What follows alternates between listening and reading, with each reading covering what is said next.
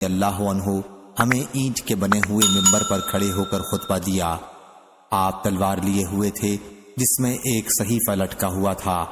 آپ نے فرمایا واللہ ہمارے پاس کتاب اللہ کے سوا کوئی اور کتاب نہیں جسے پڑھا جائے اور سوائے اس صحیفے کے۔ پھر انہوں نے اسے کھولا تو اس میں دیت میں دیے جانے والے اونٹوں کی عمروں کا بیان تھا کہ دیت میں اتنی اتنی عمر کے اونٹ دیے جائیں، اور اس میں یہ بھی تھا کہ مدینہ طیبہ کی زمین عیر پہاڑی سے سور پہاڑی تک حرم ہے، پس اس میں جو کوئی نئی بات بدعت نکالے گا اس پر اللہ کی لعنت ہے اور فرشتوں کی اور تمام لوگوں کی۔ اللہ اس سے کسی فرض یا نفل عبادت کو قبول نہیں کرے گا۔ اور اس میں یہ بھی تھا کہ مسلمانوں کی ذمہ داری عہد یا امان ایک ہے، اس کا ذمہ دار ان میں سب سے ادنا مسلمان بھی ہو سکتا ہے، پس جس نے کسی مسلمان کا ذمہ توڑا اس پر اللہ کی لعنت ہے اور فرشتوں کی اور تمام لوگوں کی۔ اللہ اس کی نہ فرض عبادت قبول کرے گا اور نہ نفل عبادت۔ اور اس میں یہ بھی تھا کہ جس نے کسی سے اپنے والیوں کی اجازت کے بغیر ولا کا رشتہ قائم کیا اس پر اللہ اور فرشتوں اور تمام انسانوں کی لعنت ہے۔ اللہ نہ اس کی فرض نماز قبول کرے گا نہ نفل۔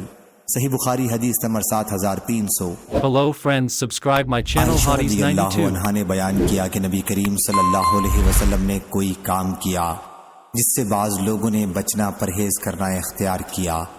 جب حضرت صلی اللہ علیہ وسلم کو اس کی خبر پہنچی تو آپ صلی اللہ علیہ وسلم نے فرمایا کہ ان لوگوں کا کیا حال ہوگا جو ایسی چیز سے پرہیز اختیار کرتے ہیں جو میں کرتا ہوں، واللہ میں ان سے زیادہ اللہ کے متعلق علم رکھتا ہوں اور ان سے زیادہ خشیت رکھتا ہوں۔ صحیح بخاری حدیث نمبر 7301۔ ابن ابی ملیکہ نے بیان کیا کہ امت کے دو بہترین انسان قریب تھا کہ ہلاک ہو جاتے، یعنی ابو بکر و عمر رضی اللہ عنہما۔ جس وقت نبی کریم صلی اللہ علیہ وسلم کے پاس بنی تمیم کا وفد آیا تو ان میں ایک صاحب عمر رضی اللہ عنہ نے بنی مجاشے میں سے اقرا بن حابس حنظلی رضی اللہ عنہ کو ان کا سردار بنائے جانے کا مشورہ دیا، تو انہوں نے یہ درخواست کی کہ کسی کو ہمارا سردار بنا دیجئے، اور دوسرے صاحب ابو بکر رضی اللہ عنہ نے دوسرے قعقاع بن سعید بن زرارہ کو امیر بنائے جانے کا مشورہ دیا۔ اس پر ابو بکر رضی اللہ عنہ نے عمر رضی اللہ عنہ سے کہا کہ آپ کا مقصد صرف میری مخالفت کرنا ہے۔ عمر رضی اللہ عنہ نے کہا کہ میری نیت آپ کی مخالفت کرنا نہیں ہے، اور نبی کریم صلی اللہ علیہ وسلم کی موجودگی میں دونوں بزرگوں کی آواز بلند ہو گئی، چنانچہ یہ آیت نازل ہوئی، اے لوگو جو ایمان لے آئے ہو اپنی آواز کو بلند نہ کرو، ارشاد خداوندی عظیم تک۔ ابن ابی ملیکہ نے بیان کیا کہ ابن زبیر رضی اللہ عنہ کہتے تھے کہ عمر رضی اللہ عنہ نے اس آیت کے اترنے کے بعد یہ طریقہ اختیار کیا، اور ابن زبیر رضی اللہ عنہ نے ابو بکر رضی اللہ عنہ اپنے نانا کا ذکر کیا۔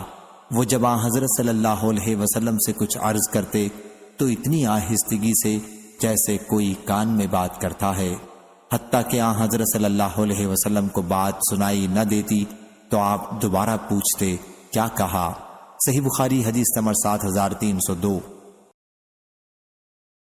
ام المومنین عائشہ رضی اللہ عنہا نے بیان کیا کہ رسول اللہ صلی اللہ علیہ وسلم نے اپنی بیماری میں فرمایا ابو بکر رضی اللہ عنہ سے کہو کہ لوگوں کو نماز پڑھائیں۔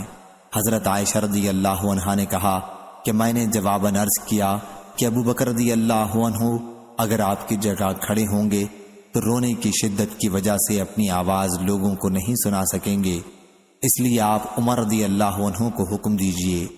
حضرت صلی اللہ علیہ وسلم نے فرمایا کہ ابو بکر رضی اللہ عنہ سے کہو کہ لوگوں کو نماز پڑھائیں۔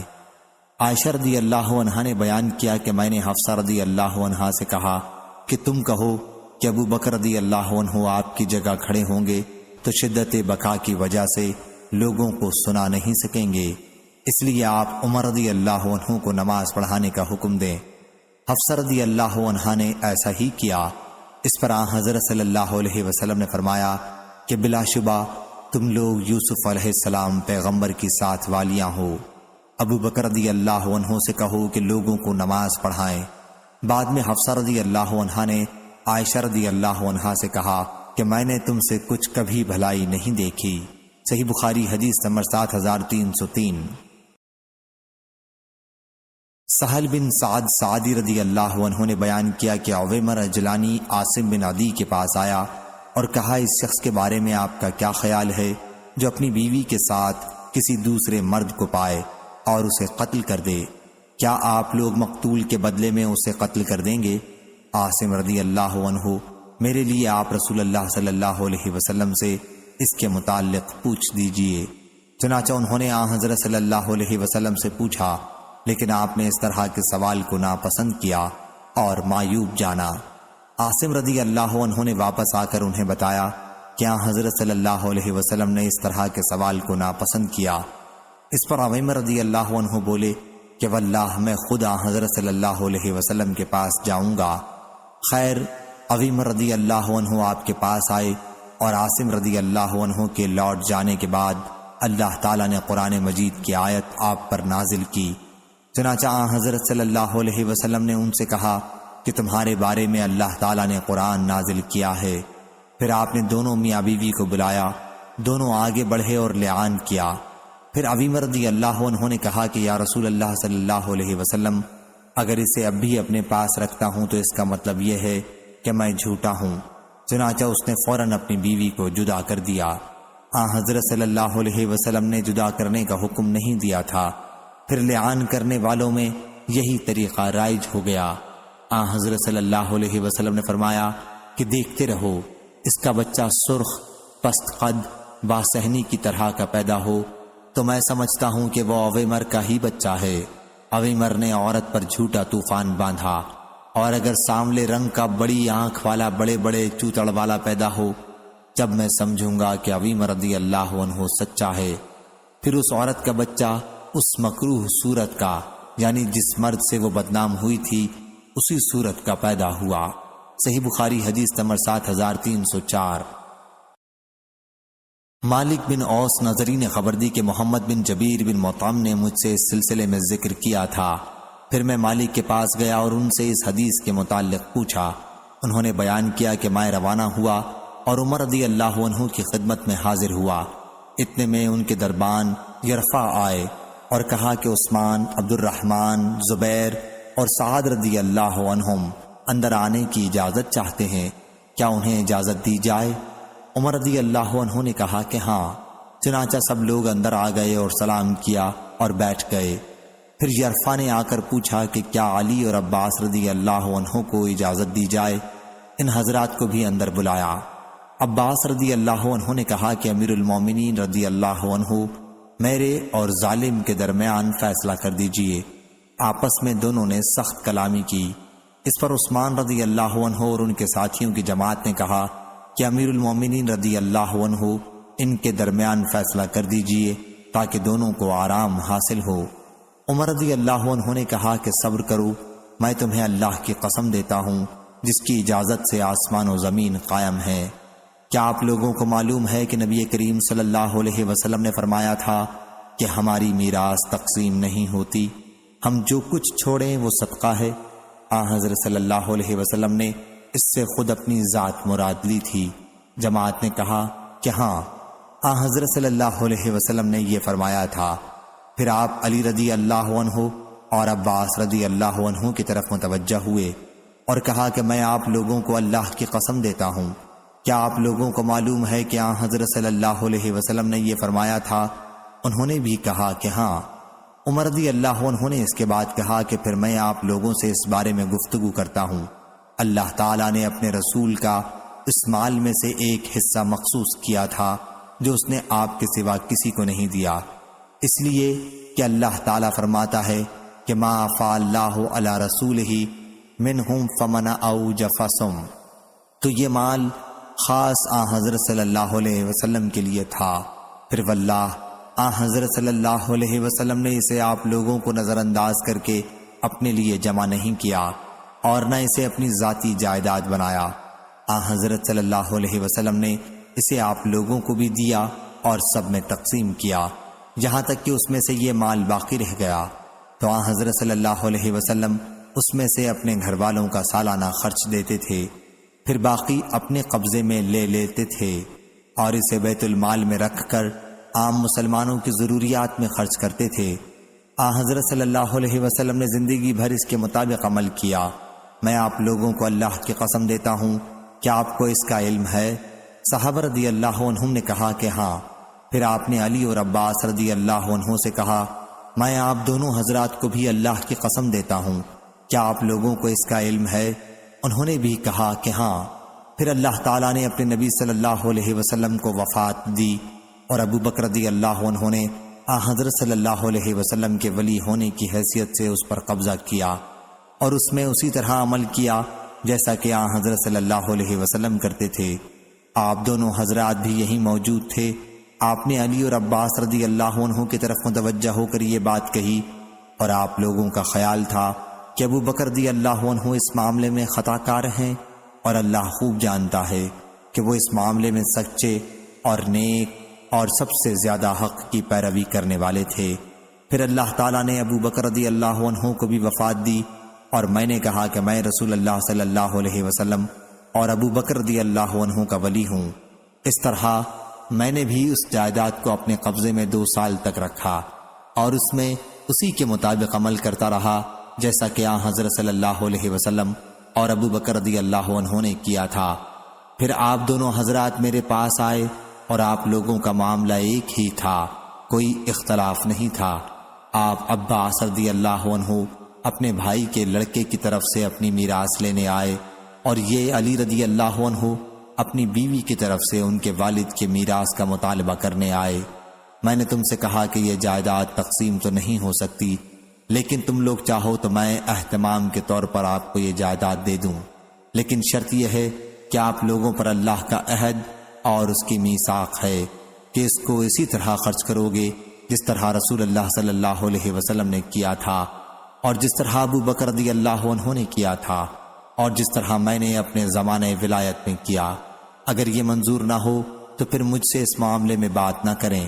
آپ دونوں حضرات نے کہا کہ اس شرط کے ساتھ ہمارے حوالے جائیداد کر دیں۔ چنانچہ میں نے اس شرط کے ساتھ آپ کے حوالے جائیداد کر دی تھی۔ میں آپ لوگوں کو اللہ کی قسم دیتا ہوں، کیا میں نے ان لوگوں کو اس شرط کے ساتھ جائیداد دی تھی؟ جماعت نے کہا کہ ہاں۔ پھر آپ علی اور عباس رضی اللہ عنہ کی طرف متوجہ ہوئے اور کہا میں آپ لوگوں کو اللہ کی قسم دیتا ہوں، کیا میں نے جائیداد آپ لوگوں کو اس شرط کے ساتھ حوالے کی تھی؟ انہوں نے بھی کہا کہ ہاں۔ پھر آپ نے کہا کیا آپ لوگ مجھ سے اس کے سوا کوئی اور فیصلہ چاہتے ہیں؟ پس اس ذات کی قسم جس کے حکم سے آسمان و زمین قائم ہیں، اس میں اس کے علاوہ کوئی فیصلہ نہیں کر سکتا یہاں تک کہ قیامت آ جائے۔ اگر آپ لوگ اس کا انتظام نہیں کر سکتے تو پھر میرے حوالے کر دو، میں اس کا بھی انتظام کر لوں گا۔ صحیح بخاری حدیث نمبر 7305۔ عاصم نے بیان کیا، کہا کہ میں نے انس رضی اللہ عنہ سے پوچھا کیا رسول اللہ صلی اللہ علیہ وسلم نے مدینہ منورہ کو حرمت والا شہر قرار دیا ہے؟ فرمایا کہ ہاں، فلاں جگہ عیر سے فلاں جگہ سور تک اس علاقے کا درخت نہیں کاٹا جائے گا جس نے اس حدود میں کوئی نئی بات پیدا کی، اس پر اللہ کی، فرشتوں کی اور تمام انسانوں کی لعنت ہے۔ عاصم نے بیان کیا کہ پھر مجھے موسیٰ بن انس نے خبر دی کہ انس رضی اللہ عنہ نے یہ بھی بیان کیا تھا کہ یا کسی نے دین میں بدعت پیدا کرنے والے کو پناہ دی۔ صحیح بخاری حدیث نمبر 7306۔ عروہ نے بیان کیا کہ عبداللہ بن عمرو بن عاص رضی اللہ عنہ نے ہمیں ساتھ لے کر حج کیا تو میں نے انہیں یہ کہتے سنا کہ میں نے نبی کریم صلی اللہ علیہ وسلم سے سنا، آپ نے فرمایا کہ اللہ تعالیٰ علم کو اس کے بعد کہ تمہیں دیا ہے ایک دم سے نہیں اٹھا لے گا، بلکہ اسے اس طرح ختم کرے گا کہ علماء کو ان کے علم کے ساتھ اٹھا لے گا۔ پھر کچھ جاہل لوگ باقی رہ جائیں گے، ان سے فتویٰ پوچھا جائے گا اور وہ فتویٰ اپنی رائے کے مطابق دیں گے، پس وہ لوگوں کو گمراہ کریں گے اور وہ خود بھی گمراہ ہوں گے۔ پھر میں نے یہ حدیث حضرت صلی اللہ علیہ وسلم کی زوجہ مطہرہ عائشہ رضی اللہ عنہا سے بیان کی۔ ان کے بعد عبداللہ بن عمرو رضی اللہ عنہ نے دوبارہ حج کیا تو ام المومنین رضی اللہ عنہا نے مجھ سے کہا کہ بھانجے عبداللہ کے پاس جاؤ اور میرے لیے اس حدیث کو سن کر خوب مضبوط کر لو جو حدیث تم نے مجھ سے ان کے واسطے سے بیان کی تھی۔ چنانچہ میں ان کے پاس آیا اور میں نے ان سے پوچھا تو انہوں نے مجھ سے وہ حدیث بیان کی اسی طرح جیسا کہ وہ پہلے مجھ سے بیان کر چکے تھے۔ پھر میں عائشہ رضی اللہ عنہا کے پاس آیا اور انہیں اس کی خبر دی تو انہیں تعجب ہوا اور بولیں کہ واللہ عبداللہ بن عمر رضی اللہ عنہ نے خوب یاد رکھا۔ صحیح بخاری حدیث نمبر 7307۔ ابو غیوانہ نے بیان کیا ان سے عامش نے ان سے ابو وائل نے بیان کیا کہ سہل بن حنیف رضی اللہ عنہ نے جنگ صفین کے موقع پر کہا کہ لوگوں اپنے دین کے مقابلے میں اپنی رائے کو بے حقیقت سمجھو۔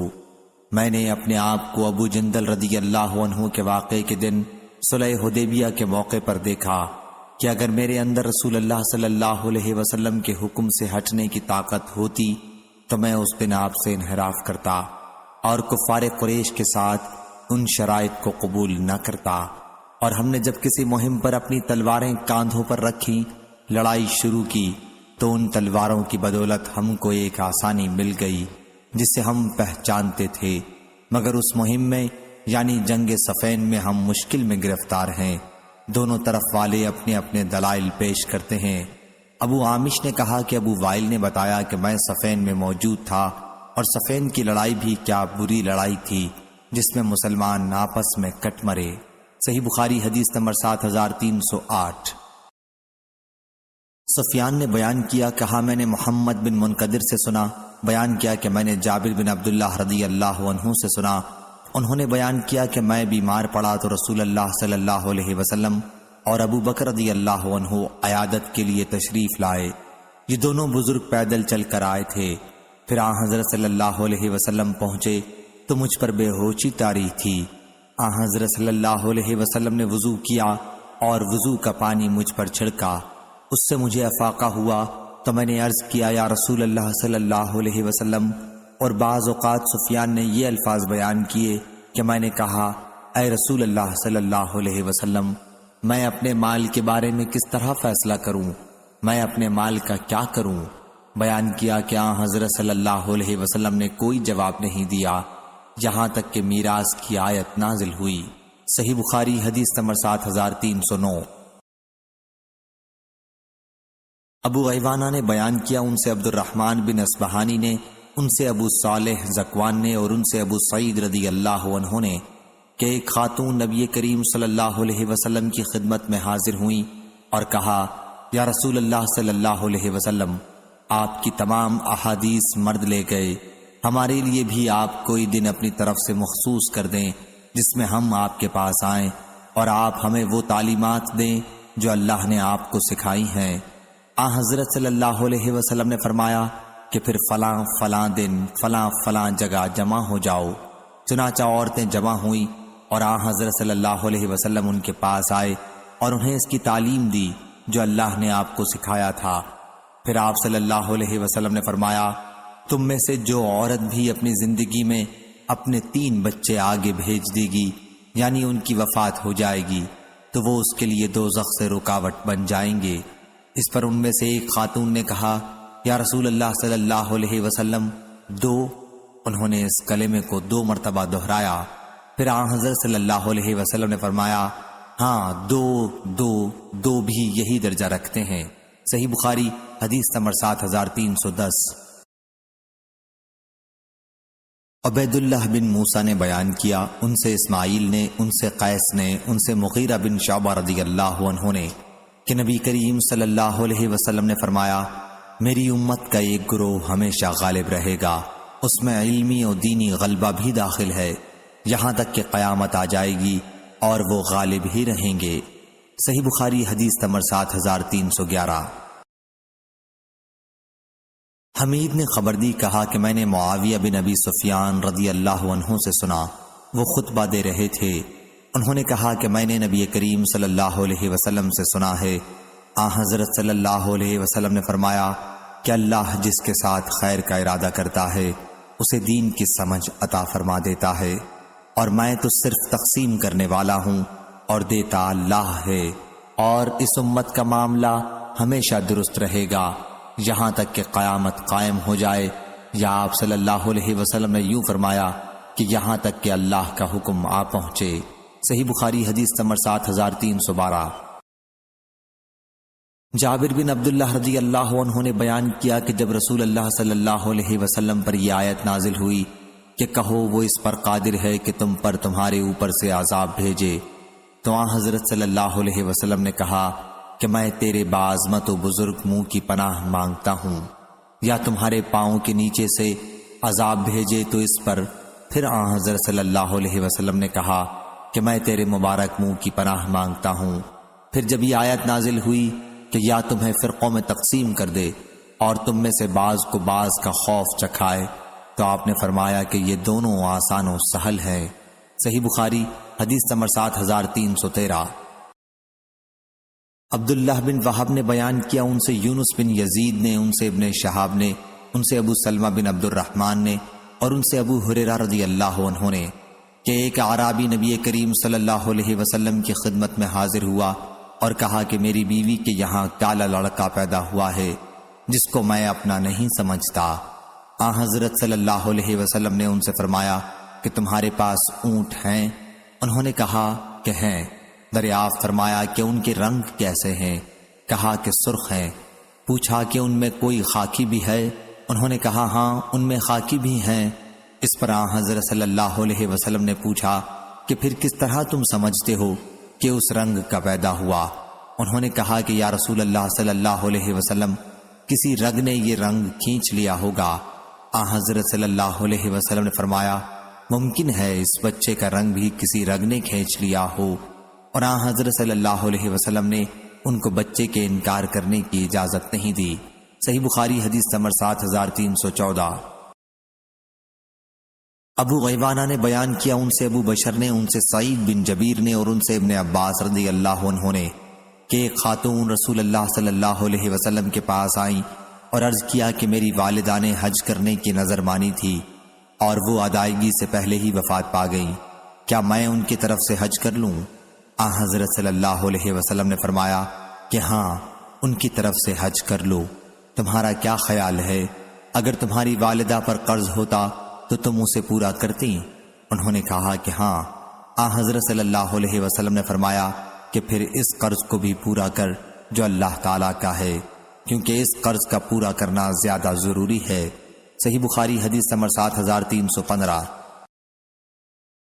عبداللہ بن مسعود رضی اللہ عنہ نے بیان کیا کہ رسول اللہ صلی اللہ علیہ وسلم نے فرمایا رشک دو ہی آدمیوں پر ہو سکتا ہے، ایک وہ جسے اللہ نے مال دیا اور اسے مال کو راہ حق میں لٹانے کی پوری طرح توفیق ملی ہوتی ہے، اور دوسرا وہ جسے اللہ نے حکمت دی ہے اور وہ اس کے ذریعے فیصلہ کرتا ہے اور اس کی تعلیم دیتا ہے۔ صحیح بخاری حدیث نمبر 7316۔ مغیرہ بن شعبہ رضی اللہ عنہ نے بیان کیا کہ عمر بن خطاب رضی اللہ عنہ نے عورت کے املاس کے متعلق صحابہ رضی اللہ عنہم سے پوچھا، یہ اس عورت کو کہتے ہیں جس کے پیٹ پر جبکہ وہ حاملہ ہو مار دیا گیا ہو اور اس کا ناتمام ادھورا بچہ گر گیا ہو۔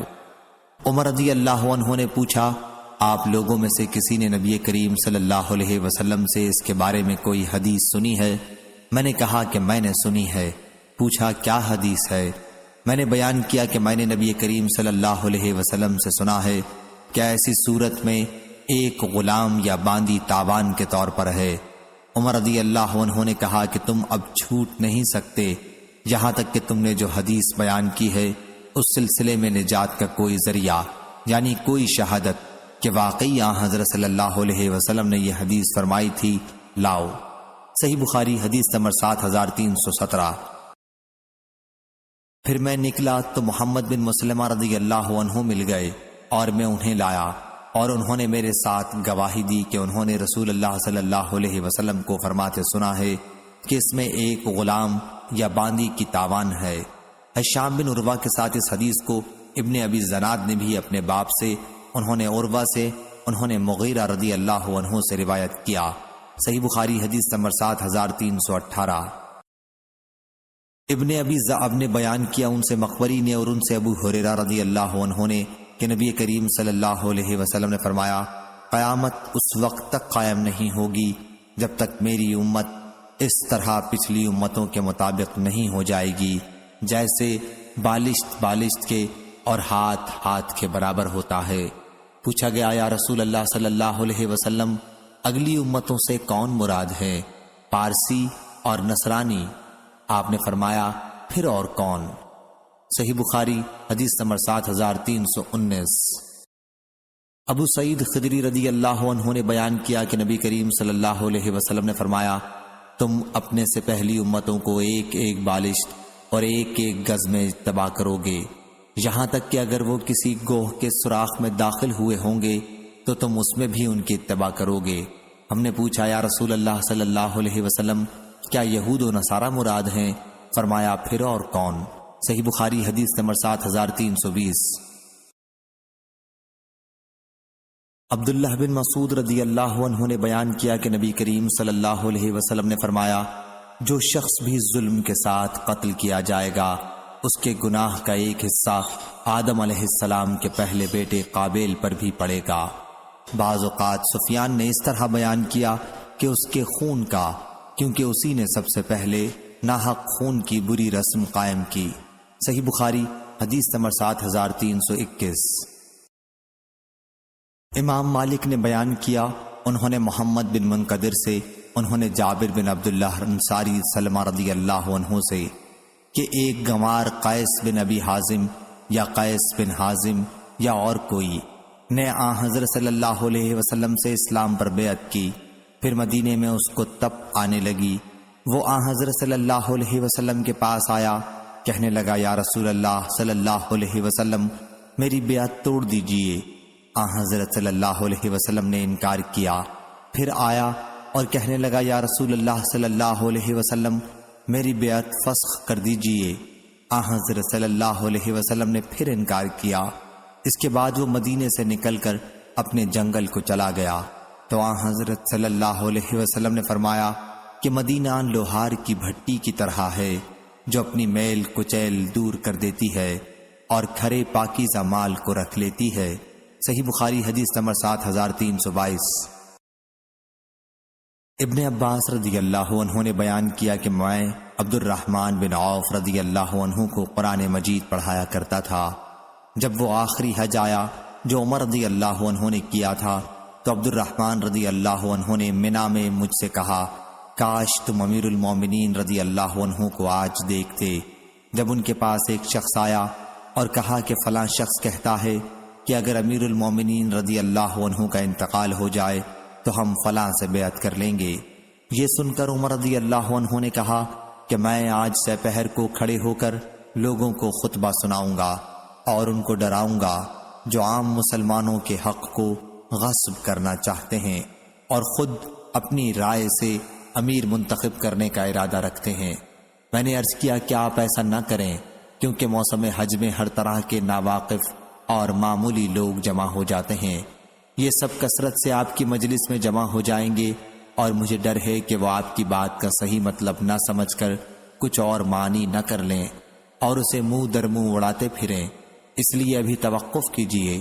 جب آپ مدینے پہنچے جو دار الہجرت اور دار السنا ہے تو وہاں آپ کے مخاطب رسول اللہ صلی اللہ علیہ وسلم کے صحابہ، مہاجرین و انصار، خالص ایسے ہی لوگ ملیں گے، وہ آپ کی بات کو یاد رکھیں گے اور اس کا مطلب بھی ٹھیک بیان کریں گے۔ اس پر امیر المومنین رضی اللہ عنہ نے کہا کہ واللہ میں مدینہ پہنچ کر جو پہلا خطبہ دوں گا اس میں اس کا بیان کروں گا۔ ابن عباس رضی اللہ عنہ نے بیان کیا کہ پھر ہم مدینہ آئے تو حضرت عمر رضی اللہ عنہ جمعہ کے دن دوپہر ڈھلے برآمد ہوئے اور خطبہ سنایا۔ انہوں نے کہا اللہ پاک نے حضرت محمد صلی اللہ علیہ وسلم کو سچا رسول بنا کر بھیجا اور آپ پر قرآن اتارا، اس قرآن میں رجم کی آیت بھی تھی۔ صحیح بخاری حدیث نمبر 7323۔ محمد بن سیرین نے بیان کیا کہ ہم ابو ہریرہ رضی اللہ عنہ کے پاس تھے اور ان کے جسم پر کتان کے 2 کپڑے گیرو میں رنگے ہوئے تھے۔ انہوں نے انہی کپڑوں میں ناک صاف کی اور کہا واہ واہ، دیکھو ابو ہریرہ رضی اللہ عنہ کتان کے کپڑوں میں ناک صاف کرتا ہے، اب ایسا مالدار ہو گیا۔ حالانکہ میں نے اپنے آپ کو ایک زمانے میں ایسا پایا ہے کہ کہ میں رسول اللہ صلی اللہ علیہ وسلم کے ممبر اور عائشہ رضی اللہ عنہا کے حجرے کے درمیان بے ہوش ہو کر گر پڑتا تھا، اور گزرنے والا میری گردن پر یہ سمجھ کر پاؤں رکھتا تھا کہ میں پاگل ہو گیا ہوں، حالانکہ مجھے جنون نہیں ہوتا تھا، بلکہ صرف بھوک کی وجہ سے میری یہ حالت ہو جاتی تھی۔ صحیح بخاری حدیث نمبر 7324۔ عبد الرحمن بن عابس نے بیان کیا، کہا کہ ابن عباس رضی اللہ عنہ سے پوچھا گیا کہ کیا آپ نبی کریم صلی اللہ علیہ وسلم کے ساتھ عید میں گئے ہیں؟ کہا کہ ہاں، میں اس وقت کم سن تھا، اگر آن حضرت صلی اللہ علیہ وسلم سے مجھ کو اتنا نزدیک کا رشتہ نہ ہوتا اور میں کم سن نہ ہوتا تو آپ کے ساتھ کبھی نہیں رہ سکتا تھا۔ آن حضرت صلی اللہ علیہ وسلم گھر سے نکل کر اس نشان کے پاس آئے جو کثیر بن سلط کے مکان کے پاس ہے، اور وہاں آپ نے نماز عید پڑھائی، پھر خطبہ دیا۔ انہوں نے اذان اور اقامت کا ذکر نہیں کیا۔ پھر آپ نے صدقہ دینے کا حکم دیا تو عورتیں اپنے کانوں اور گردنوں کی طرف ہاتھ بڑھانے لگیں زیوروں کا صدقہ دینے کے لیے۔ اس کے بعد حضرت صلی اللہ علیہ وسلم نے بلال رضی اللہ عنہ کو حکم فرمایا، وہ آئے اور صدقے میں ملی ہوئی چیزوں کو لے کر حضرت صلی اللہ علیہ وسلم کے پاس واپس گئے۔ صحیح بخاری حدیث نمبر 7325۔ سفیان بن عینہ نے بیان کیا، ان سے عبداللہ بن دینار نے اور ان سے ابن عمر رضی اللہ عنہ نے کہ نبی کریم صلی اللہ علیہ وسلم قباء میں تشریف لاتے تھے، کبھی پیدل اور کبھی سواری پر۔ صحیح بخاری حدیث نمبر 7326۔ ابو اسامہ نے بیان کیا، ان سے ہشام بن عروہ نے، ان سے ان کے والد نے اور ان سے عائشہ رضی اللہ عنہا نے کہ انہوں نے عبداللہ بن زبیر رضی اللہ عنہ سے کہا تھا کہ مجھے انتقال کے بعد میری سوکنوں کے ساتھ دفن کرنا۔ حضرت صلی اللہ علیہ وسلم کے ساتھ حجرے میں دفن مت کرنا، کیونکہ میں پسند نہیں کرتی کہ میری آپ کی اور بیویوں سے زیادہ پاکی بیان کی جائے۔ صحیح بخاری حدیث نمبر 7327۔ اور ہشام سے روایت ہے، ان سے ان کے والد نے بیان کیا کہ عمر رضی اللہ عنہ نے عائشہ رضی اللہ عنہا کے یہاں آدمی بھیجا کہ مجھے اجازت دیں کہ حضرت صلی اللہ علیہ وسلم کے ساتھ دفن کیا جاؤں۔ انہوں نے کہا کہ ہاں، اللہ کی قسم میں ان کو اجازت دیتی ہوں۔ راوی نے بیان کیا کہ پہلے جب کوئی صحابی ان سے وہاں دفن ہونے کی اجازت مانگتے تو وہ کہلا دیتی تھیں کہ نہیں، اللہ کی قسم میں ان کے ساتھ کسی اور کو دفن نہیں ہونے دوں گی۔ صحیح بخاری حدیث نمبر 7328۔ انس بن مالک رضی اللہ عنہ نے خبر دی کہ رسول اللہ صلی اللہ علیہ وسلم عصر کی نماز پڑھ کر ان گاؤں میں جاتے جو مدینے کی بلندی پر واقع ہیں، وہاں پہنچ جاتے اور سورج بلند رہتا۔ اوالی مدینہ کا بھی یہی حکم ہے، اور لیث نے بھی اس حدیث کو یونس سے روایت کیا۔ اس میں اتنا زیادہ ہے کہ یہ گاؤں مدینہ سے 3 یا 4 میل پر واقع ہیں۔ صحیح بخاری حدیث نمبر 7329۔ قاسم بن مالک نے بیان کیا، ان سے جعید نے، انہوں نے سائب بن یزید سے سنا، انہوں نے بیان کیا کہ نبی کریم صلی اللہ علیہ وسلم کے زمانے میں سا تمہارے وقت کی مد سے 1 مد اور 1/2 مد کا ہوتا تھا، پھر سا کی مقدار بڑھ گئی، یعنی حضرت عمر بن عبدالعزیز کے زمانے میں وہ 4 مد کا ہو گیا۔ قاسم بن مالک نے جعید سے سنا۔ صحیح بخاری حدیث نمبر 7330۔ عبداللہ بن مسلمہ نے بیان کیا، ان سے امام مالک نے، ان سے اسحاق بن عبداللہ بن ابی طلحہ نے اور ان سے انس بن مالک رضی اللہ عنہ نے کہ رسول اللہ صلی اللہ علیہ وسلم نے فرمایا، اے اللہ، ان مدینہ والوں کے پیمانے میں انہیں برکت دے اور ان کے سا اور مد میں انہیں برکت دے۔ آپ کی مراد اہل مدینہ کے سا و مد سے تھی۔ مدنی سا اور مد کو بھی تاریخی عظمت حاصل ہے۔ صحیح بخاری حدیث نمبر 7331۔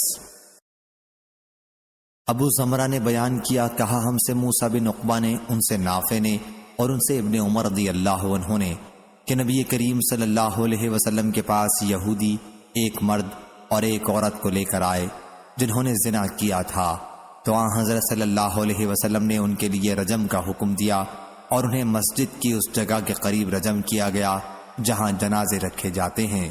صحیح بخاری حدیث نمبر 7332۔ امام مالک نے بیان کیا، ان سے مطلب کے مولا عمروں نے اور ان سے انس بن مالک رضی اللہ عنہ نے کہ احد پہاڑ رسول اللہ صلی اللہ علیہ وسلم کو راستے میں دکھائی دیا تو آپ نے فرمایا کہ یہ وہ پہاڑ ہے جو ہم سے محبت رکھتا ہے اور ہم اس سے محبت رکھتے ہیں۔ اے اللہ، ابراہیم علیہ السلام نے مکے کو حرمت والا قرار دیا تھا اور میں تیرے حکم سے اس کے دونوں پتھریلے کناروں کے درمیانی علاقے کو حرمت والا قرار دیتا ہوں۔ اس روایت کے مطابق سہل رضی اللہ عنہ نے نبی کریم صلی اللہ علیہ وسلم سے احد کے متعلق کی ہے۔ صحیح بخاری حدیث نمبر 7333۔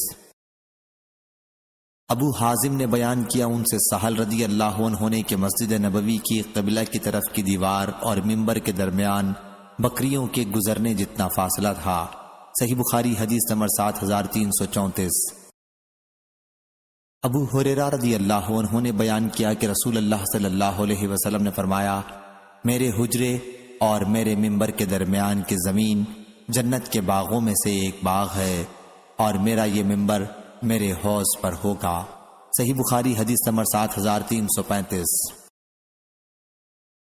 عبداللہ رضی اللہ عنہ نے بیان کیا کہ رسول اللہ صلی اللہ علیہ وسلم نے گھوڑوں کی دوڑ کرائی اور وہ گھوڑے چھوڑے گئے جو گھڑ دوڑ کے لیے تیار کیے گئے تھے، تو ان کے دوڑنے کا میدان مقام حفیہ سے ثنیۃ الوداع تک تھا، اور جو تیار نہیں کیے گئے تھے ان کے دوڑنے کا میدان ثنیۃ الوداع سے مسجد بنی زریق تک تھا، اور عبداللہ رضی اللہ عنہ بھی ان لوگوں میں تھے جنہوں نے مقابلے میں حصہ لیا تھا۔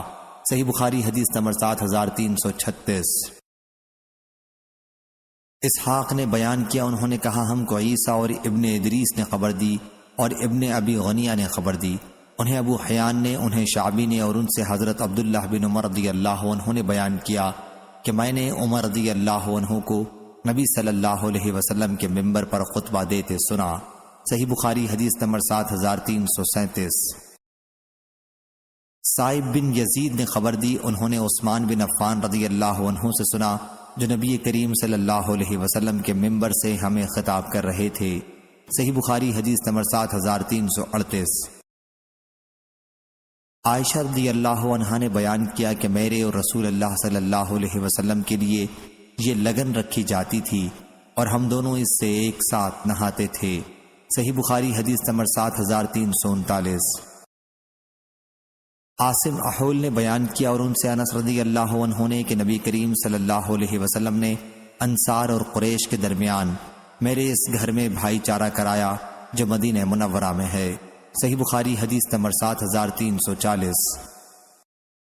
اور آپ نے قبائل بنی سلیم کے لیے 1 مہینے تک دعائے قنوت پڑھی جس میں ان کے لیے بد دعا کی۔ یہ وہ بدباطن غدار تھے جو چند قرائے قرآن کو مدعو کر کے اپنے پاس لے گئے تھے، پھر ان کو دھوکے سے شہید کر ڈالا تھا۔ صحیح بخاری حدیث نمبر 7341۔ برید نے بیان کیا، ان سے ابو بردہ نے کہا کہ میں مدینہ منورہ آیا اور عبداللہ بن سلام رضی اللہ عنہ سے میری ملاقات ہوئی تو انہوں نے کہا کہ میرے ساتھ گھر چلو تو میں تمہیں اس پیالے میں پلاؤں گا جس میں رسول اللہ صلی اللہ علیہ وسلم نے پیا تھا، اور پھر ہم اس نماز پڑھنے کی جگہ نماز پڑھیں گے جہاں حضرت صلی اللہ علیہ وسلم نے نماز پڑھی تھی۔ چنانچہ میں ان کے ساتھ گیا اور انہوں نے مجھے ستو پلایا اور کھجور کھلائی اور میں نے ان کے نماز پڑھنے کی جگہ نماز پڑھی۔ صحیح بخاری حدیث نمبر 7342۔ عمر رضی اللہ عنہ نے بیان کیا کہ مجھ سے نبی کریم صلی اللہ علیہ وسلم نے فرمایا کہ میرے پاس رات ایک میرے رب کی طرف سے آنے والا آیا۔ حضرت صلی اللہ علیہ وسلم اس وقت وادی عقیق میں تھے اور کہا کہ اس مبارک وادی میں نماز پڑھیے اور کہیے کہ عمرہ اور حج کی نیت کرتا ہوں۔ اور ہارون بن اسماعیل نے بیان کیا کہ ہم سے علی نے بیان کیا ان الفاظ کے ساتھ عمرہ فی حج۔ صحیح بخاری حدیث نمبر 7343۔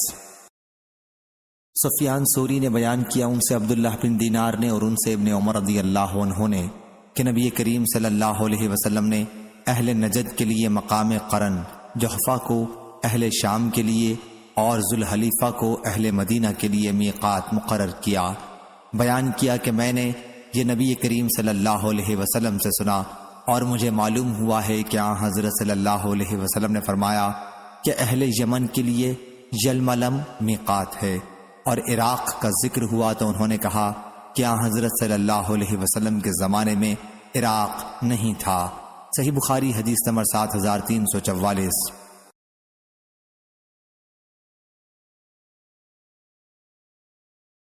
موسیٰ بن عقبہ نے بیان کیا ان سے سالم بن عبداللہ نے ان سے ان کے والد عبداللہ بن عمر رضی اللہ عنہ نے کہ نبی کریم صلی اللہ علیہ وسلم کو جبکہ آپ مقام ذوالحلیفہ میں پڑاؤ کیے ہوئے تھے خواب دکھایا گیا اور کہا گیا کہ آپ ایک مبارک وادی میں ہیں۔ صحیح بخاری حدیث نمبر 7345۔ معمر نے خبر دی، انہیں زہری نے، انہیں سالم نے اور انہیں عبداللہ بن عمر رضی اللہ عنہ نے، انہوں نے نبی کریم صلی اللہ علیہ وسلم سے سنا آپ فجر کی نماز میں یہ دعا رکوع سے سر اٹھانے کے بعد پڑھتے تھے کہ اے اللہ ہمارے رب تیرے ہی لیے تمام تعریفیں ہیں۔ پھر آپ نے کہا اے اللہ فلاں اور فلاں کو اپنی رحمت سے دور کر دے۔ اس پر اللہ عز و جل نے یہ آیت نازل کی کہ آپ کو اس معاملے میں کوئی اختیار نہیں ہے، یا اللہ ان کی توبہ قبول کر لے یا انہیں عذاب دے کہ بلا شبہ وہ حد سے تجاوز کرنے والے ہیں۔ صحیح بخاری حدیث نمبر 7346۔ حسین بن علی رضی اللہ عنہ نے خبر دی کہ علی بن ابی طالب رضی اللہ عنہ نے بیان کیا کہ ان کے اور فاطمہ رضی اللہ عنہا بنت رسول اللہ صلی اللہ علیہ وسلم کے گھر، علی بن ابی طالب رضی اللہ عنہ نے بیان کیا کہ ان کے اور فاطمہ رضی اللہ عنہا بنت رسول اللہ صلی اللہ علیہ وسلم کے گھر ایک رات حضرت صلی اللہ علیہ وسلم تشریف لائے اور فرمایا کیا تم لوگ تہجد کی نماز نہیں پڑھتے؟ علی رضی اللہ عنہ نے بیان کیا کہ میں نے عرض کیا یا رسول اللہ صلی اللہ علیہ وسلم ہماری جانیں اللہ کے ہاتھ میں ہیں، پس جب وہ ہمیں اٹھانا چاہے تو ہم کو اٹھا دے گا۔ جو ہی میں نے حضرت صلی اللہ علیہ وسلم سے یہ کہا تو آپ پیٹھ موڑ کر واپس جانے لگے اور کوئی جواب نہیں دیا، لیکن واپس جاتے ہوئے آپ صلی اللہ علیہ وسلم اپنی ران پر ہاتھ مار رہے تھے اور کہہ رہے تھے کہ اور انسان بڑا ہی جھگڑالو ہے، اگر کوئی تمہارے پاس رات میں آئے تو طارق کہلائے گا، اور قرآن میں جو والطارق کا لفظ آیا ہے اس سے مراد ستارہ ہے، اور ثاقب بمانی چمکتا ہوا۔ عرب لوگ آگ جلانے والے سے کہتے ہیں الثقب النارک، یعنی آگ روشن کر، اس سے لفظ ثاقب ہے۔ صحیح بخاری حدیث نمبر 7347۔ ابو ہریرہ رضی اللہ عنہ نے بیان کیا کہ ہم مسجد نبوی میں تھے کہ رسول اللہ صلی اللہ علیہ وسلم باہر تشریف لائے اور فرمایا یہودیوں کے پاس چلو۔ چنانچہ ہم حضرت صلی اللہ علیہ وسلم کے ساتھ روانہ ہوئے۔ جب ہم ان کے مدرسے تک پہنچے حضرت صلی اللہ علیہ وسلم نے کھڑے ہو کر انہیں آواز دی اور فرمایا اے یہودیو اسلام لاؤ تو تم سلامت رہو گے۔ اس پر یہودیوں نے کہا کہ ابو القاسم آپ صلی اللہ علیہ وسلم نے اللہ کا حکم پہنچا دیا۔ راوی نے بیان کیا کہ حضرت صلی اللہ علیہ وسلم نے دوبارہ ان سے فرمایا کہ یہی میرا مقصد ہے، اسلام لاؤ تو تم سلامت رہو گے۔ انہوں نے کہا کہ ابو القاسم صلی اللہ علیہ وسلم آپ نے پیغام خدا پہنچا دیا۔ پھر آپ نے یہی بات تیسری بار کہی اور فرمایا جان لو کہ ساری زمین اللہ اور اس کے رسول کی ہے، اور میں چاہتا ہوں کہ تمہیں اس جگہ سے باہر کر دوں، پس تم میں سے جو کوئی اپنی جائیداد کے بدلے میں کوئی قیمت پاتا ہو تو اسے بیچ لے، ورنہ جان لو کہ زمین اللہ اور اس کے رسول کی ہے، تم کو یہ شہر چھوڑنا ہوگا۔ صحیح بخاری حدیث نمبر 7348۔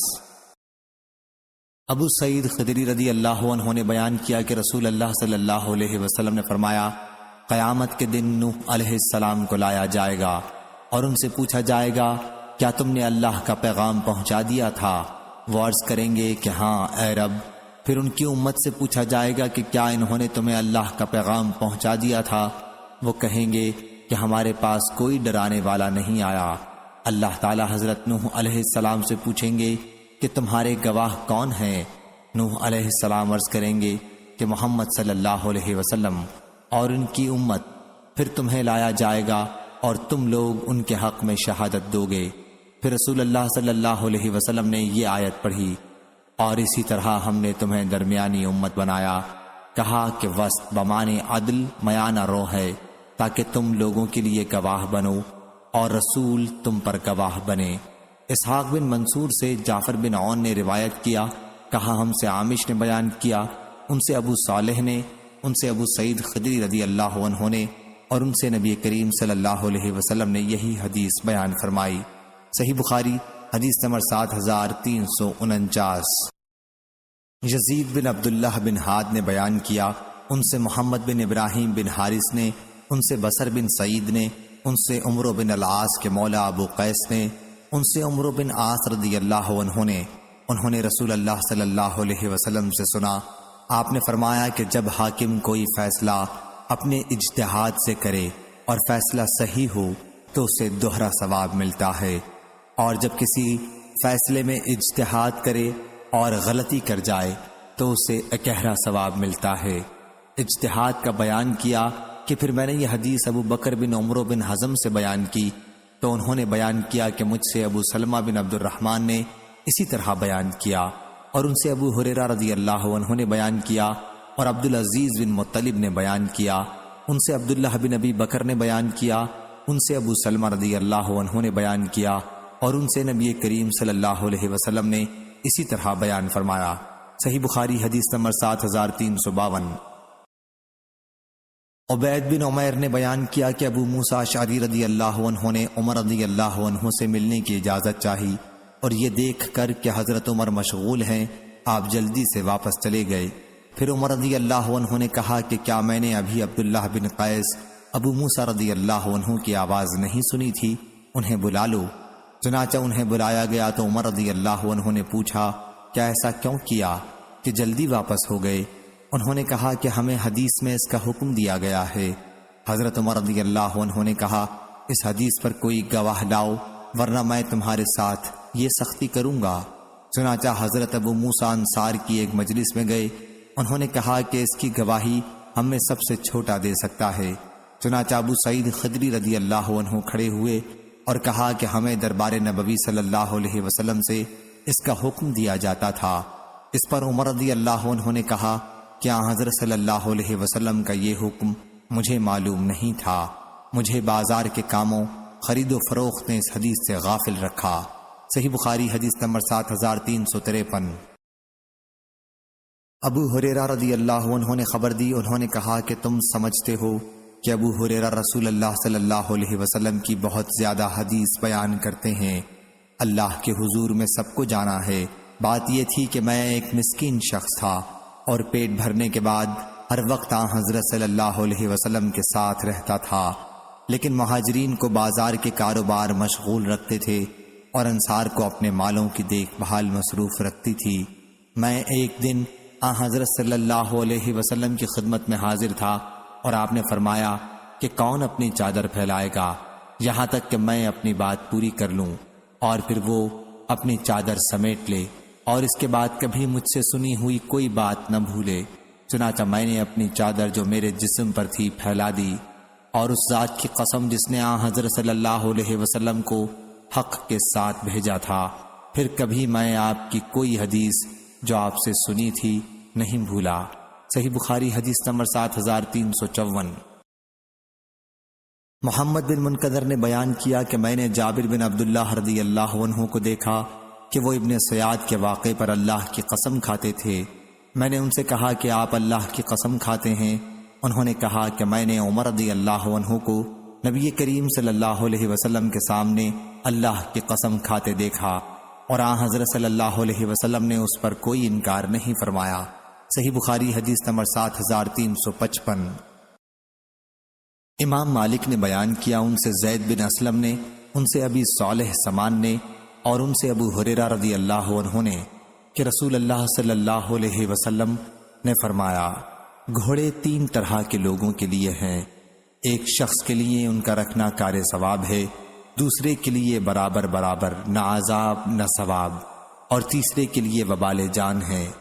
جس کے لیے وہ اجر ہیں یہ وہ شخص ہے جس نے اسے اللہ کے راستے کے لیے باندھ کر رکھا اور اس کی رسی چراگاہ میں دراز کر دی، تو وہ گھوڑا جتنی دور تک چراگاہ میں گھوم کر چرے گا وہ مالک کی نیکیوں میں ترقی کا ذریعہ ہوگا، اور اگر گھوڑے نے اس دراز رسی کو بھی توڑوا لیا اور 1 یا 2 دوڑ اس نے لگائی تو اس کے نشانات قدم اور اس کی لید بھی مالک کے لیے باعث اجر و ثواب ہوگی، اور اگر گھوڑا کسی نہر سے گزرا اور اس نے نہر کا پانی پی لیا۔ مالک نے اسے پلانے کا کوئی ارادہ بھی نہیں کیا تھا، تب بھی مالک کے لیے یہ اجر کا باعث ہوگا، اور ایسا گھوڑا اپنے مالک کے لیے ثواب ہوتا ہے۔ اور دوسرا شخص برابر برابر والا وہ ہے جو گھوڑے کو اظہار بے نیازی یا اپنے بچاؤ کی غرض سے باندھتا ہے اور اس کی پشت اور گردن پر اللہ کے حق کو بھی نہیں بھولتا، تو یہ گھوڑا اس کے لیے نہ عذاب ہے نہ ثواب۔ اور تیسرا وہ شخص ہے جو گھوڑے کو فخر اور ریا کے لیے باندھتا ہے، تو یہ اس کے لیے وبال جان ہے۔ اور رسول اللہ صلی اللہ علیہ وسلم سے گدھوں کے متعلق پوچھا گیا تو آپ نے فرمایا کہ اللہ تعالیٰ نے اس سلسلے میں مجھ پر اس جامع اور نادر آیت کے سوا اور کچھ نہیں نازل فرمایا ہے، پس جو کوئی ایک ذرہ برابر بھی بھلائی کرے گا وہ اسے دیکھے گا، اور جو کوئی ایک ذرہ برابر بھی برائی کرے گا وہ اسے دیکھے گا۔ صحیح بخاری حدیث نمبر 7356۔ سفیان بن عینہ نے بیان کیا، ان سے منصور بن صفیہ نے، ان سے ان کے والدہ نے، اور ان سے عائشہ رضی اللہ عنہا نے کہ ایک خاتون نے رسول اللہ صلی اللہ علیہ وسلم سے سوال کیا۔ دوسری سند امام بخاری نے کہا اور ہم سے محمد نے بیان کیا، یعنی ابن عقبہ نے کہا ہم سے فضیل بن سلیمان نمیری بصری نے بیان کیا، کہا ہم سے منصور بن عبد الرحمن بن شیبہ نے بیان کیا، ان سے ان کی والدہ نے، اور ان سے عائشہ رضی اللہ عنہا نے کہ ایک عورت نے رسول کریم صلی اللہ علیہ وسلم سے حیض کے متعلق پوچھا کہ اس سے غسل کس طرح کیا جائے۔ حضرت صلی اللہ علیہ وسلم نے فرمایا کہ مشک لگا ہوا ایک کپڑا لے کر اس سے پاکی حاصل کر۔ اس عورت نے پوچھا یا رسول اللہ صلی اللہ علیہ وسلم، میں اس سے پاکی کس طرح حاصل کروں گی؟ حضرت صلی اللہ علیہ وسلم نے فرمایا کہ اس سے پاکی حاصل کرو۔ انہوں نے پھر پوچھا کہ کس طرح پاکی حاصل کروں؟ حضرت صلی اللہ علیہ وسلم نے پھر وہی جواب دیا کہ پاکی حاصل کرو۔ عائشہ رضی اللہ عنہا نے بیان کیا کہ میں حضرت صلی اللہ علیہ وسلم کا منشا سمجھ گئی، اور اس عورت کو میں نے اپنی طرف کھینچ لیا اور انہیں طریقہ بتایا کہ پاکی سے آپ کا مطلب یہ ہے کہ اس کپڑے کو خون کے مقاموں پر پھیر تاکہ خون کی بدبو رفع ہو جائے۔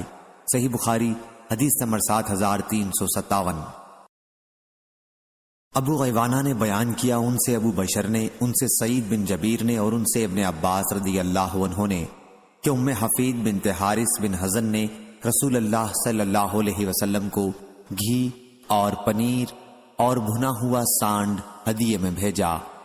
حضرت صلی اللہ علیہ وسلم نے یہ چیزیں قبول فرما لی اور آپ کے دسترخوان پر انہیں کھایا گیا، لیکن حضرت صلی اللہ علیہ وسلم نے اس سانڈے کو ہاتھ نہیں لگایا جیسے آپ کو پسند نہ ہو، اور اگر وہ حرام ہوتا تو آپ کے دسترخوان پر نہ کھایا جاتا اور نہ آپ کھانے کے لیے کہتے۔ صحیح بخاری حدیث نمبر 7358۔ عطا بن ابی رباح نے خبر دی، انہیں جابر بن عبداللہ رضی اللہ عنہ نے کہ رسول اللہ صلی اللہ علیہ وسلم نے فرمایا، جو شخص کچی لہسن یا پیاز کھائے وہ ہم سے دور رہے، یا یہ فرمایا کہ ہماری مسجد سے دور رہے اور اپنے گھر میں بیٹھا رہے یہاں تک کہ وہ بو رفع ہو جائے۔ اور آپ کے پاس ایک طباق لایا گیا جس میں سبزیاں تھیں۔ حضرت صلی اللہ علیہ وسلم نے اس میں بو محسوس کی، پھر آپ کو اس میں رکھی ہوئی سبزیوں کے متعلق بتایا گیا تو آپ نے اپنے بعض صحابہ رضی اللہ عنہم کی طرف جو آپ کے ساتھ تھے اشارہ کر کے فرمایا کہ ان کے پاس لے جاؤ، لیکن جب ان صحابہ رضی اللہ عنہم نے اسے دیکھا تو انہوں نے بھی اسے کھانا پسند نہیں کیا۔ حضرت صلی اللہ علیہ وسلم نے اس پر ان سے فرمایا کہ تم کھا لو، کیونکہ میں جس سے سرگوشی کرتا ہوں تم اس سے نہیں کرتے۔ آپ کی مراد فرشتوں سے تھی۔ سعید بن کثیر بن عفیر نے جو حضرت امام بخاری رحمہ اللہ کے شیخ ہیں عبداللہ بن وہب سے اس حدیث میں یوں روایت کیا کہ حضرت صلی اللہ علیہ وسلم کے پاس ایک ہانڈی لائی گئی جس میں ترکاری تھی، اور لیث اور ابو صفان عبداللہ بن سعید اموی نے بھی اس حدیث کو یونس سے روایت کیا ہے، لیکن انہوں نے ہانڈی کا قصہ نہیں بیان کیا۔ اب میں نہیں جانتا کہ ہانڈی کا قصہ حدیث میں داخل ہے یا زہری نے بڑھا دیا ہے۔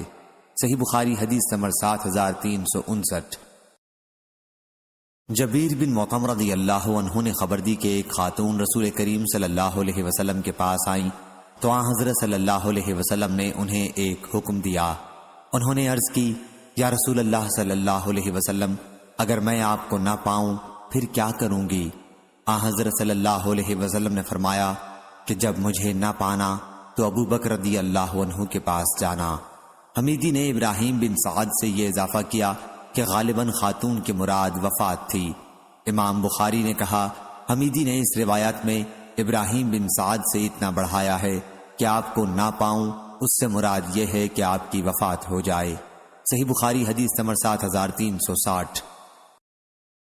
حمید بن عبد الرحمن نے خبر دی انہوں نے معاویہ رضی اللہ عنہ سے سنا، وہ مدینے میں قریش کی ایک جماعت سے حدیث بیان کر رہے تھے۔ معاویہ رضی اللہ عنہ نے کعب احبار کا ذکر کیا اور فرمایا جتنے لوگ اہل کتاب سے احادیث نقل کرتے ہیں ان سب میں کعب احبار بہت سچے تھے، اور باوجود اس کے کبھی کبھی ان کی بات جھوٹ نکلتی تھی۔ یہ مطلب نہیں ہے کہ کعب احبار جھوٹ بولتے تھے۔ صحیح بخاری حدیث نمبر 7361۔ ابو ہریرہ رضی اللہ عنہ نے بیان کیا کہ اہل کتاب توریت عبرانی زبان میں پڑھتے تھے اور اس کی تفسیر مسلمانوں کے لیے عربی میں کرتے تھے، تو رسول اللہ صلی اللہ علیہ وسلم نے فرمایا کہ اہل کتاب کی نہ تصدیق کرو اور نہ ان کی تکذیب کرو، کیونکہ ہم ایمان لائے اللہ پر اور اس پر جو ہم پر نازل ہوا اور جو ہم سے پہلے تم پر نازل ہوا، آخر آیت تک جو سورہ بقرہ میں ہے۔ صحیح بخاری حدیث نمبر 7362۔ حضرت عبداللہ بن عباس رضی اللہ عنہ نے بیان کیا کہ تم اہل کتاب سے کسی چیز کے بارے میں کیوں پوچھتے ہو جبکہ تمہاری کتاب جو رسول اللہ صلی اللہ علیہ وسلم پر نازل ہوئی وہ تازہ بھی ہے اور محفوظ بھی، اور تمہیں اس نے بتا بھی دیا ہے کہ اہل کتاب نے اپنا دین بدل ڈالا اور اللہ کی کتاب میں تبدیلی کر دی اور اسے اپنے ہاتھ سے خود بنا کر لکھا اور کہا کہ یہ اللہ کی طرف سے ہے تاکہ اس کے ذریعے دنیا کا تھوڑا سا مال کما لیں۔ تمہارے پاس قرآن و حدیث کا جو علم ہے وہ تمہیں ان سے پوچھنے سے منع کرتا ہے، واللہ میں تو نہیں دیکھتا کہ اہل کتاب میں سے کوئی تم سے اس کے بارے میں پوچھتا ہو جو تم پر نازل کیا گیا ہو۔ صحیح بخاری حدیث نمبر 7363۔ جندب بن عبداللہ بجلی رضی اللہ عنہ نے بیان کیا کہ رسول اللہ صلی اللہ علیہ وسلم نے فرمایا جب تک تمہارے دل ملے رہیں قرآن پڑھو، اور جب تم میں اختلاف ہو جائے تو اس سے دور ہو جاؤ۔ صحیح بخاری حدیث نمبر 7364۔ حمام بن یحییٰ بصری نے بیان کیا، کہا ہم سے ابو عمران جونی نے اور ان سے جندب بن عبداللہ رضی اللہ عنہ نے کہ رسول اللہ صلی اللہ علیہ وسلم نے فرمایا جب تک تمہارے دلوں میں اتحاد و اتفاق ہو قرآن پڑھو، اور جب اختلاف ہو جائے تو اس سے دور ہو جاؤ۔ اور یزید بن ہارون واسطی نے ہارون عور سے بیان کیا، ان سے ابو عمران نے بیان کیا، ان سے جندب رضی اللہ عنہ نے نبی کریم صلی اللہ علیہ وسلم سے بیان کیا۔ صحیح بخاری حدیث نمبر 7365۔ ابن عباس رضی اللہ عنہ نے بیان کیا کہ جب حضرت صلی اللہ علیہ وآلہ وسلم کی وفات کا وقت قریب آیا تو گھر میں بہت سے صحابہ رضی اللہ عنہم موجود تھے، جن میں عمر بن خطاب رضی اللہ عنہ بھی تھے۔ اس وقت آپ نے فرمایا کیا آؤ میں تمہارے لیے ایک ایسا مکتوب لکھ دوں کہ اس کے بعد تم کبھی گمراہ نہ ہوگے۔ عمر رضی اللہ عنہ نے کہا حضرت صلی اللہ علیہ وسلم تکلیف میں مبتلا ہیں، تمہارے پاس اللہ کی کتاب ہے اور یہی ہمارے لیے کافی ہے۔ گھر کے لوگوں میں بھی اختلاف ہو گیا اور آپس میں بحث کرنے لگے۔ ان میں سے بعض نے کہا کہ حضرت صلی اللہ علیہ وسلم کے قریب لکھنے کا سامان کر دو، وہ تمہارے لیے ایسی چیز لکھ دیں گے کہ اس کے بعد تم گمراہ نہیں ہوگے۔ اور بعض نے وہی بات کہی جو عمر رضی اللہ عنہ کہہ چکے تھے۔ جب حضرت صلی اللہ علیہ وسلم کے پاس لوگ اختلاف و بحث زیادہ کرنے لگے تو آپ نے فرمایا کہ میرے پاس سے ہٹ جاؤ۔ عبید اللہ نے بیان کیا کہ ابن عباس رضی اللہ عنہ کہا کرتے تھے کہ سب سے بھاری مصیبت تو وہ تھے جو رسول کریم صلی اللہ علیہ وسلم اور اس نوشت لکھوانے کے درمیان حائل ہوئے، یعنی جھگڑا اور شور۔ صحیح بخاری حدیث نمبر 7366۔ عطا نے خبر دی انہوں نے جابر رضی اللہ عنہ سے سنا، اس وقت اور لوگ بھی ان کے ساتھ تھے۔ انہوں نے بیان کیا کہ رسول اللہ صلی اللہ علیہ وسلم کے صحابہ رضی اللہ عنہم نے حضرت صلی اللہ علیہ وسلم کے ساتھ خالص حج کا احرام باندھا اور اس کے ساتھ عمرے کا نہیں باندھا۔ عطا نے بیان کیا کہ جابر رضی اللہ عنہ نے کہا کہ پھر حضرت صلی اللہ علیہ وسلم 4 ذی الحج کی صبح کو آئے، اور جب ہم بھی حاضر ہوئے تو آپ نے ہمیں حکم دیا کہ ہم حلال ہو جائیں، اور آپ نے فرمایا کہ حلال ہو جاؤ اور اپنی بیویوں کے پاس جاؤ۔ عطا نے بیان کیا اور ان سے جابر رضی اللہ عنہ نے کہ ان پر یہ ضروری نہیں قرار دیا بلکہ صرف حلال کیا۔ پھر حضرت صلی اللہ علیہ وسلم کو معلوم ہوا کہ ہم میں یہ بات ہو رہی ہے کہ عرفہ پہنچنے میں صرف 5 دن رہ گئے ہیں، اور پھر بھی حضرت صلی اللہ علیہ وسلم نے ہمیں اپنی عورتوں کے پاس جانے کا حکم دیا ہے۔ کیا ہم عرفات اس حالت میں جائیں کہ مزی یا منی ہمارے ذکر سے ٹپک رہی ہو؟ عطا نے کہا کہ جابر رضی اللہ عنہ نے اپنے ہاتھ سے اشارہ کیا کہ اس طرح مزی ٹپک رہی ہو، اس کو ہلایا۔ پھر حضرت صلی اللہ علیہ وسلم کھڑے ہوئے اور فرمایا، تمہیں معلوم ہے کہ میں تم میں اللہ سے سب سے زیادہ ڈرنے والا ہوں، تم میں سب سے زیادہ سچا ہوں اور سب سے زیادہ نیک ہوں، اور اگر میرے پاس ہدی قربانی کا جانور نہ ہوتا تو میں بھی حلال ہو جاتا، پس تم بھی حلال ہو جاؤ۔ اگر مجھے وہ بات پہلے سے معلوم ہو جاتی جو بعد میں معلوم ہوئی تو میں قربانی کا جانور ساتھ نہ لاتا۔ چنانچہ ہم حلال ہو گئے اور ہم نے حضرت صلی اللہ علیہ وسلم کی بات سنی اور آپ کی اطاعت کی۔ صحیح بخاری حدیث نمبر 7367۔ عبداللہ بن مغفل مزنی نے بیان کیا اور ان سے نبی کریم صلی اللہ علیہ وسلم نے فرمایا کہ مغرب کی نماز سے پہلے بھی نماز پڑھو، اور تیسری مرتبہ میں فرمایا کہ جس کا جی چاہے، کیونکہ آپ پسند نہیں کرتے تھے کہ اسے لوگ لازمی سنت بنا لیں۔ صحیح بخاری حدیث نمبر 7368۔ عروہ اور ابن مسیب اور علقمہ بن وقاص اور عبید اللہ بن عبداللہ نے بیان کیا اور ان سے عائشہ رضی اللہ عنہا نے کہ جب تہمت لگانے والوں نے ان پر تہمت لگائی تھی اور رسول اللہ صلی اللہ علیہ وسلم نے علی بن ابی طالب، اسامہ بن زید رضی اللہ عنہم کو بلایا، کیونکہ اس معاملے میں وحی اس وقت تک نہیں آئی تھی، اور حضرت صلی اللہ علیہ وسلم اپنی اہل خانوں کو جدا کرنے کے سلسلے میں ان سے مشورہ لینا چاہتے تھے، تو اسامہ رضی اللہ عنہ نے وہی مشورہ دیا جو انہیں معلوم تھا، یعنی حضرت صلی اللہ علیہ وسلم کی اہل خانہ کی برات کا۔ لیکن علی رضی اللہ عنہ نے کہا کہ اللہ تعالیٰ نے آپ پر کوئی پابندی تو عائد نہیں کی ہے، اور ان کے سوا اور بہت سی عورتیں ہیں، باندی سے آپ دریافت فرما لیں، وہ آپ سے صحیح بات بتا دے گی۔ چنانچہ حضرت صلی اللہ علیہ وسلم نے پوچھا کہ کیا تم نے کوئی ایسی بات دیکھی ہے جس سے شبہ ہوتا ہے؟ انہوں نے کہا کہ میں نے اس کے سوا اور کچھ نہیں دیکھا کہ وہ کم عمر لڑکی ہیں، آٹا گوندھ کر بھی سو جاتی ہیں، اور پڑوس کی بکری آ کر اسے کھا جاتی ہے، یعنی کم عمری کی وجہ سے مزاج میں بے پرواہی ہے۔ اس کے بعد حضرت صلی اللہ علیہ وسلم منبر پر کھڑے ہوئے اور فرمایا، اے مسلمانوں، میرے معاملے میں اس سے کون نمٹے گا جس کی اذیتیں اب میرے اہل خانہ تک پہنچ گئی ہیں؟ اللہ کی قسم، میں نے ان کے بارے میں بھلائی کے سوا اور کچھ نہیں جانا ہے۔ پھر آپ نے عائشہ رضی اللہ عنہا کی پاک دامنی کا قصہ بیان کیا، اور ابو اسامہ نے ہشام بن عروہ سے بیان کیا۔ صحیح بخاری حدیث نمبر 7369۔ عائشہ رضی اللہ عنہا نے بیان کیا کہ رسول اللہ صلی اللہ علیہ وسلم نے لوگوں کو خطاب کیا اور اللہ کی حمد و ثنا کے بعد فرمایا، تم مجھے ان لوگوں کے بارے میں کیا مشورہ دیتے ہو جو میرے اہل خانہ کو بدنام کرتے ہیں، حالانکہ ان کے بارے میں مجھے کوئی بری بات کبھی معلوم نہیں ہوئی۔ عروہ سے روایت ہے، انہوں نے ہم سے بیان کیا کہ عائشہ رضی اللہ عنہا کو جب اس واقعے کا علم ہوا کہ کچھ لوگ انہیں بدنام کر رہے ہیں تو انہوں نے حضرت صلی اللہ علیہ وسلم سے کہا، یا رسول اللہ صلی اللہ علیہ وسلم، کیا مجھے آپ اپنے والد کے گھر جانے کی اجازت دیں گے؟ حضرت صلی اللہ علیہ وسلم نے انہیں اجازت دی اور ان کے ساتھ غلام کو بھیجا۔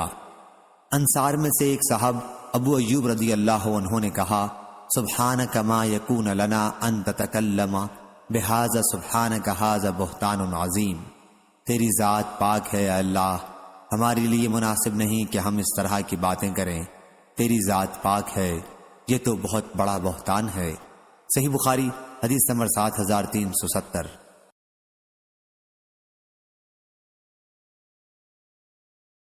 حضرت عبداللہ بن عباس رضی اللہ عنہ نے بیان کیا کہ نبی کریم نے معاذ بن جبل رضی اللہ عنہ کو یمن بھیجا۔ صحیح بخاری حدیث نمبر 7371۔ حضرت عبداللہ بن عباس رضی اللہ عنہ نے کہا کہ جب رسول کریم صلی اللہ علیہ وسلم نے معاذ بن جبل رضی اللہ عنہ کو یمن بھیجا تو ان سے فرمایا کہ تم اہل کتاب میں سے ایک قوم کے پاس جا رہے ہو، اس لیے سب سے پہلے انہیں اس کی دعوت دینا کہ وہ اللہ کو ایک مانے اور میری رسالت کو مانے۔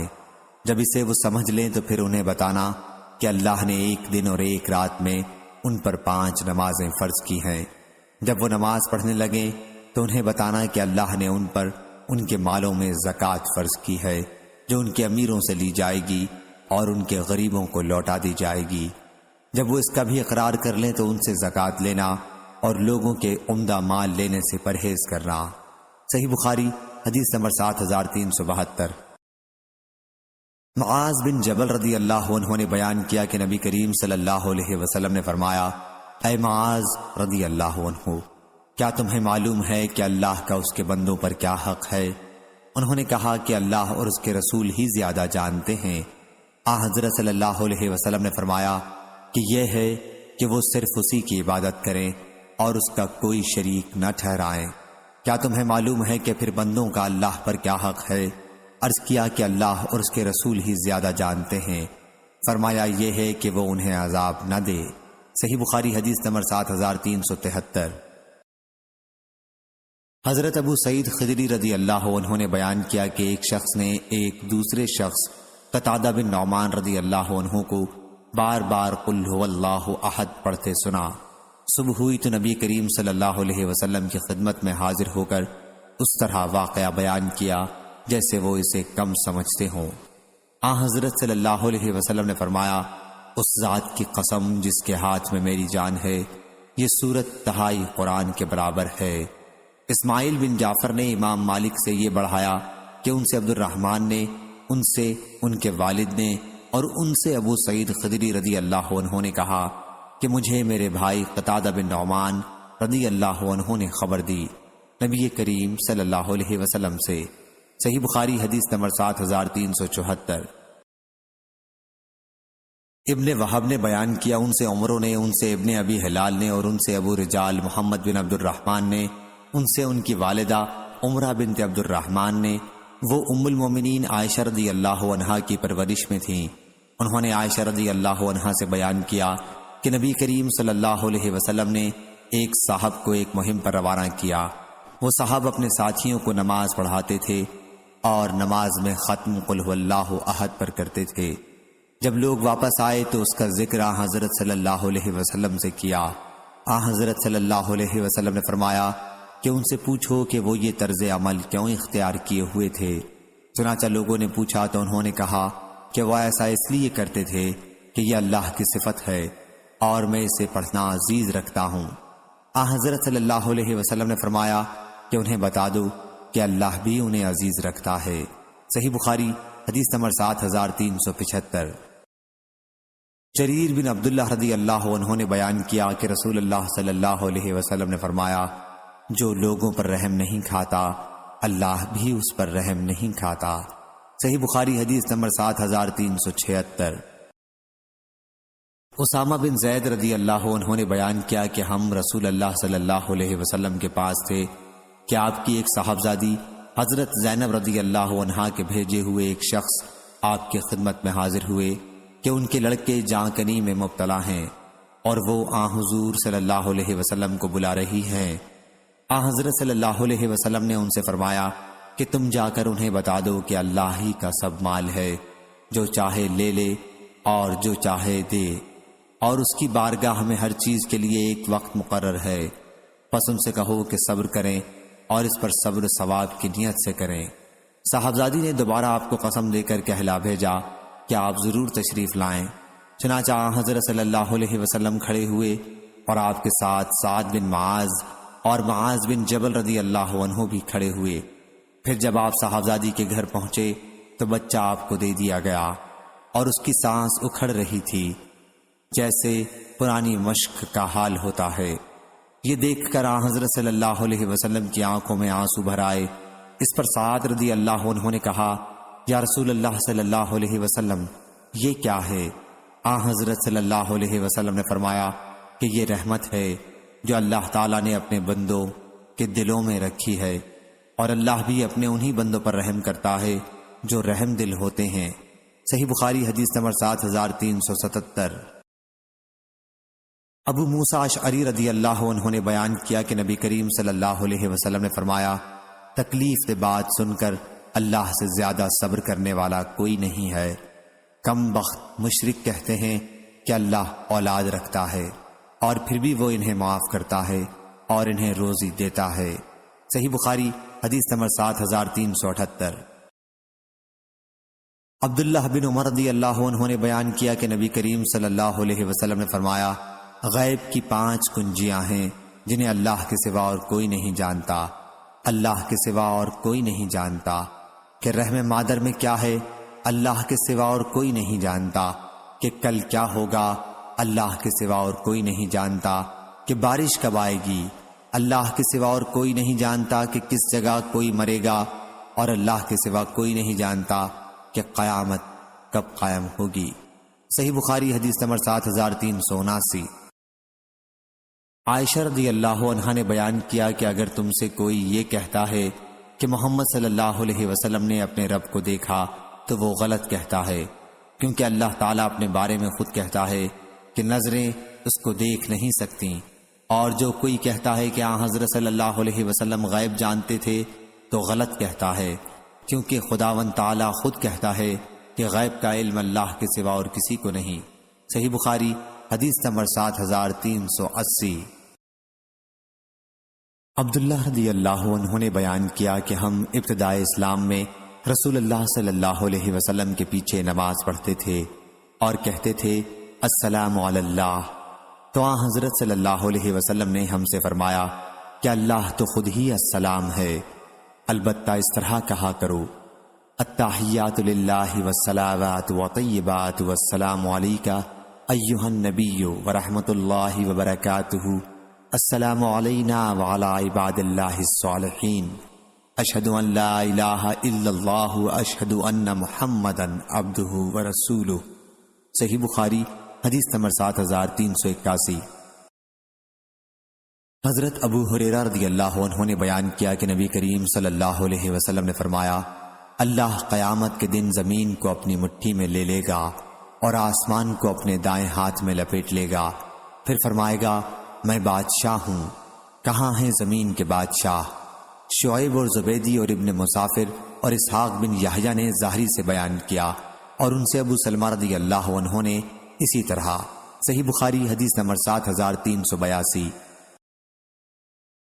ابن عباس رضی اللہ عنہ نے بیان کیا کہ نبی کریم صلی اللہ علیہ وسلم کہا کرتے تھے تیری عزت کی پناہ مانگتا ہوں کہ کوئی معبود تیرے سوا نہیں، تیری ایسی ذات ہے جسے موت نہیں اور جن و انس فنا ہو جائیں گے۔ صحیح بخاری حدیث نمبر 7383۔ انس رضی اللہ عنہ نے بیان کیا کہ نبی کریم صلی اللہ علیہ وسلم نے فرمایا لوگوں کو دوزخ میں ڈالا جائے گا۔ دوسری سند خلیفہ بن خیاط نے بیان کیا، کہا ہم سے یزید بن زریع نے بیان کیا، کہا ہم سے سعید بن ابی عروبہ نے، ان سے قتادہ نے، ان سے انس رضی اللہ عنہ نے۔ تیسری سند خلیفہ بن خیاط نے اس حدیث کو معتمر بن سلیمان سے روایت کیا، کہا میں نے اپنے والد سے سنا، انہوں نے قتادہ سے، انہوں نے انس رضی اللہ عنہ سے کہ نبی کریم صلی اللہ علیہ وسلم نے فرمایا دوزخیوں کو برابر دوزخ میں ڈالا جاتا رہے گا، اور وہ کہے جائے گی کہ کیا ابھی اور ہے، یہاں تک کہ رب العالمین اس پر اپنا قدم رکھ دے گا اور پھر اس کا باز سے سمٹ جائے گا، اور اس وقت وہ کہے گی کہ بس بس تیری عزت اور کرم کی قسم، اور جنت میں جگہ باقی رہ جائے گی یہاں تک کہ اللہ اس کے لیے ایک اور مخلوق پیدا کر دے گا اور وہ لوگ جنت کے باقی حصے میں رہیں گے۔ صحیح بخاری حدیث نمبر 7384۔ ابن عباس رضی اللہ عنہ نے بیان کیا کہ نبی کریم صلی اللہ علیہ وسلم رات میں یہ دعا کرتے تھے اے اللہ تیرے لیے ہی تعریف ہے، تو آسمان و زمین کا مالک ہے، حمد تیرے لیے ہی ہے، تو آسمان و زمین کا قائم کرنے والا ہے، اور ان سب کا جو اس میں ہے۔ تیرے لیے ہی حمد ہے، تو آسمان و زمین کا نور ہے۔ تیرا قول حق ہے اور تیرا وعدہ سچ ہے۔ تیری ملاقات سچ ہے اور جنت سچ ہے، اور دوزخ سچ ہے اور قیامت سچ ہے۔ اے اللہ، میں نے تیرے ہی سامنے سر جھکا دیا، میں تجھ ہی پر ایمان لایا، میں نے تیرے ہی اوپر بھروسہ کیا اور تیری ہی طرف رجوع کیا، میں نے تیری ہی مدد کے ساتھ مقابلہ کیا اور میں تجھی سے انصاف کا طلبگار ہوں۔ پس تو میری مغفرت کر ان تمام گناہوں میں جو میں پہلے کر چکا ہوں اور جو بعد میں مجھ سے صادر ہوں، جو میں نے چھپا رکھے ہیں اور جن کا میں نے اظہار کیا ہے۔ تو ہی میرا معبود ہے اور تیرے سوا اور کوئی معبود نہیں۔ اور ہم سے ثابت بن محمد نے بیان کیا اور کہا کہ ہم سے سفیان ثوری نے پھر یہی حدیث بیان کی، اور اس میں یوں ہے کہ تو حق ہے اور تیرا کلام حق ہے۔ صحیح بخاری حدیث نمبر 7385۔ ابو موسیٰ اشعری رضی اللہ عنہ نے بیان کیا کہ ہم نبی کریم صلی اللہ علیہ وسلم کے ساتھ ایک سفر میں تھے، اور جب ہم بلندی پر چڑھتے تو زور سے چلا کر تکبیر کہتے۔ اس پر آن حضرت صلی اللہ علیہ وسلم نے فرمایا کہ لوگو، اپنے اوپر رحم کھاؤ، اللہ بہرا نہیں ہے اور نہ وہ کہیں دور ہے، تم ایک بہت سننے، بہت واقف کار اور قریب رہنے والی ذات کو بلاتے ہو۔ پھر آن حضرت صلی اللہ علیہ وسلم میرے پاس آئے، میں اس وقت دل میں لا حول ولا قوت الا باللہ کہہ رہا تھا۔ آن حضرت صلی اللہ علیہ وسلم نے مجھ سے فرمایا، عبداللہ بن قیس رضی اللہ عنہ، لا حول ولا قوت الا باللہ کہا کرو کہ یہ جنت کے خزانوں میں سے ایک خزانہ ہے۔ صحیح بخاری حدیث نمبر 7386۔ اور وہ نے بیان کیا اور ان سے عائشہ رضی اللہ عنہا نے بیان کیا کہ نبی کریم صلی اللہ علیہ وسلم نے فرمایا، جبرائیل علیہ السلام نے مجھے پکار کر کہا کہ اللہ نے آپ کی قوم کی بات سن لی، اور وہ بھی سن لیا جو انہوں نے آپ کو جواب دیا۔ صحیح بخاری حدیث نمبر 7389۔ جابر بن عبداللہ سلمی رضی اللہ عنہ نے خبر دی، انہوں نے کہا کہ رسول اللہ صلی اللہ علیہ وسلم اپنے صحابہ رضی اللہ عنہم کو ہر مباح کام میں استخارہ کرنا سکھاتے تھے، جس طرح آپ قرآن کی سورت سکھاتے تھے۔ آپ فرماتے کہ جب تم میں سے کوئی کسی کام کا قصد کرے تو اسے چاہیے کہ فرض کے سوا 2 رکعت نفل نماز پڑھے، پھر سلام کے بعد یہ دعا کرے، اے اللہ، میں تیرے علم کے طفیل اس کام میں خیریت طلب کرتا ہوں، اور تیری قدرت کے طفیل طاقت مانگتا ہوں، اور تیرا فضل، کیونکہ تجھے قدرت ہے اور مجھے نہیں، تو جانتا ہے اور میں نہیں جانتا، اور تو غیوب کا بہت بہت جاننے والا ہے۔ اے اللہ، پس اگر تو یہ بات جانتا ہے، اس وقت استخارہ کرنے والے کو اس کام کا نام لینا چاہیے کہ اس کام میں میرے لیے دنیا و آخرت میں بھلائی ہے، یا اس طرح فرمایا کہ میرے دین میں اور گزران میں اور میرے ہر انجام کے اعتبار سے بھلائی ہے، تو اس پر مجھے قادر بنا دے اور میرے لیے اسے آسان کر دے، پھر اس میں میرے لیے برکت عطا فرما۔ اے اللہ، اور اگر تو جانتا ہے کہ یہ کام میرے لیے برا ہے، میرے دین اور گزارے کے اعتبار سے اور میرے انجام کے اعتبار سے، تو اسے دور کر دے اور میرے لیے بھلائی مقدر کر دے جہاں بھی وہ ہو، اور پھر مجھے اس پر راضی اور خوش رکھ۔ صحیح بخاری حدیث نمبر 7390۔ عبداللہ بن مسعود رضی اللہ عنہ نے بیان کیا کہ نبی کریم صلی اللہ علیہ وسلم قسم اس طرح کھاتے، قسم اس کی جو دلوں کا پھیر دینے والا ہے۔ صحیح بخاری حدیث نمبر 7391۔ اعرج نے بیان کیا اور ان سے ابو ہریرہ رضی اللہ عنہ نے کہ رسول اللہ صلی اللہ علیہ وسلم نے فرمایا، اللہ تعالیٰ کے 99 نام ہیں، جو انہیں یاد کر لے گا وہ جنت میں جائے گا۔ احصیناہ کے معنی حفظناہ کے ہیں۔ صحیح بخاری حدیث نمبر 7392۔ امام مالک نے بیان کیا ان سے سعید بن ابی سعید مقبری نے اور ان سے ابو ہریرہ رضی اللہ عنہ نے کہ رسول کریم صلی اللہ علیہ وسلم نے فرمایا، جو شخص اپنے بستر پر جائے تو اسے چاہیے کہ اسے اپنے کپڑے کے کنارے سے 3 مرتبہ صاف کر لے اور یہ دعا پڑھے، اے میرے رب، تیرا نام لے کر میں اپنی کروٹ رکھتا ہوں اور تیرے نام ہی کے ساتھ اسے اٹھاؤں گا۔ اگر تو نے میری جان کو باقی رکھا تو اسے معاف کرنا، اور اگر اسے اپنی طرف سوتے ہی میں اٹھا لیا تو اس کی حفاظت اس طرح کرنا جس طرح تو اپنے نیکوکار بندوں کی حفاظت کرتا ہے۔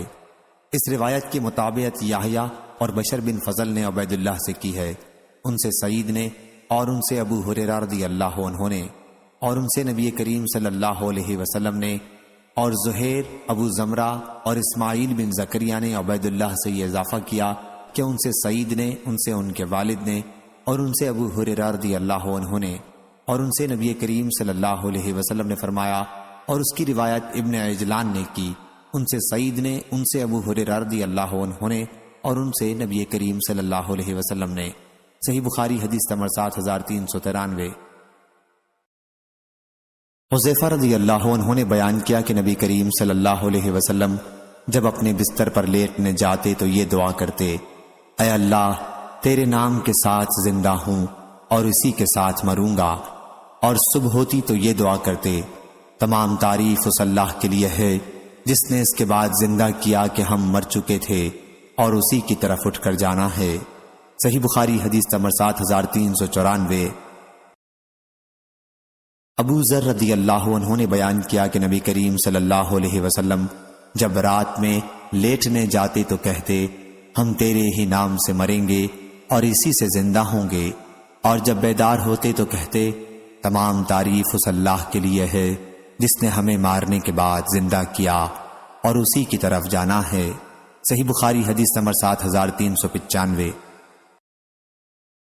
جریر نے بیان کیا، ان سے منصور نے، ان سے سالم نے، ان سے قریب نے، اور ان سے ابن عباس رضی اللہ عنہ نے کہ رسول اللہ صلی اللہ علیہ وسلم نے فرمایا، جب تم میں سے کوئی اپنی بیوی کے پاس جانے کا ارادہ کرے اور یہ دعا پڑھ لے، شروع اللہ کے نام سے، اے اللہ ہمیں شیطان سے دور رکھنا، اور تو جو بچہ عطا کرے اسے بھی شیطان سے دور رکھنا، تو اسی صحبت میں ان دونوں سے کوئی بچہ نصیب ہوا تو شیطان اسے کبھی نقصان نہیں پہنچا سکے گا۔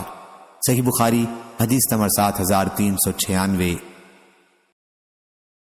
فضیل نے بیان کیا، ان سے منصور نے، ان سے ابراہیم نے، ان سے حمام نے، ان سے عدی بن حاتم رضی اللہ عنہ نے کہ میں نے نبی کریم صلی اللہ علیہ وسلم سے پوچھا کہ میں اپنے سدھائے ہوئے کتے کو شکار کے لیے چھوڑتا ہوں۔ حضرت صلی اللہ علیہ وسلم نے فرمایا کہ جب تم سدھائے ہوئے کتے کو چھوڑو اور ان کے ساتھ اللہ کا نام بھی لے لو، پھر وہ کوئی شکار پکڑیں اور اسے کھائیں نہیں تو تم اسے کھا سکتے ہو، اور جب شکار پر بن پھال کے تیر یعنی لکڑی سے کوئی شکار مارے لیکن وہ نوک سے لگ کر جانور کا گوشت چیر دے تو ایسا شکار بھی کھاؤ۔ صحیح بخاری حدیث نمبر 7397۔